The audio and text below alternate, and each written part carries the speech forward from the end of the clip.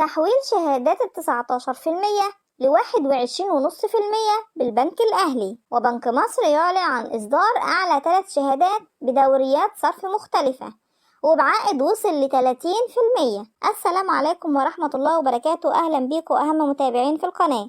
ازيكم عاملين ايه؟ يا رب دايما تكونوا بخير. واللي شايف انه بيستفاد معايا في القناة فضلا وليس امرا ينزل ويشترك ويفعل الجرس عشان يجيله اشعار بكل فيديوهاتنا الجديدة. فيديوهاتنا كلها عن البنوك واسعار الفايدة، اخبارنا كلها جديدة، معلوماتنا موثوق فيها ودايما صحيحة وسبق الاحداث. اعمل لايك للفيديو عشان تدعمني وعشان يوصل للكل.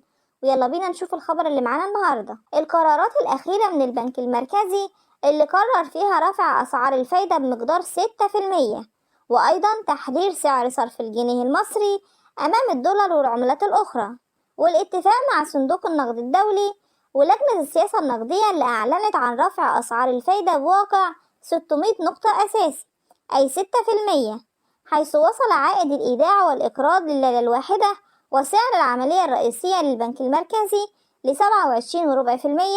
و28.25%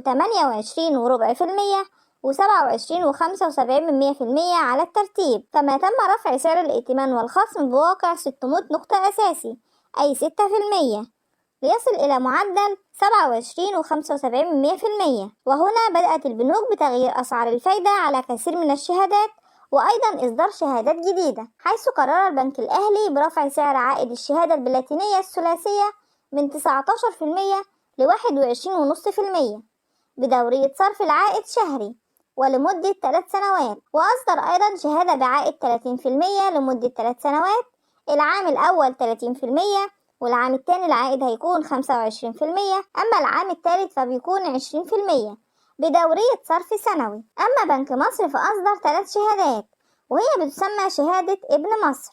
الشهادة الأولى بدورية صرف سنوي، السنة الأولى 30% والتانية 25%، أما السنة الثالثة فبتكون 20%. والشهادة التانية بعائد كل 3 شهور يعني ربع سنوي.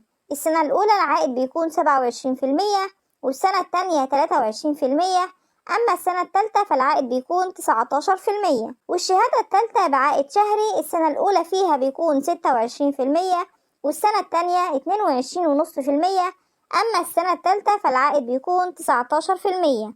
وانتظروا معانا الفترة دي فيها تغيرات كبيرة جدا في أسعار الفايدة ونزول شهادات كتيرة جدا من جميع البنوك. كل اللي عليك انت تعمل لايك للفيديو وتتابعنا وتفعل الجرس عشان يوصلك كل جديد من أخبار البنوك. انتظرونا، إلى اللقاء.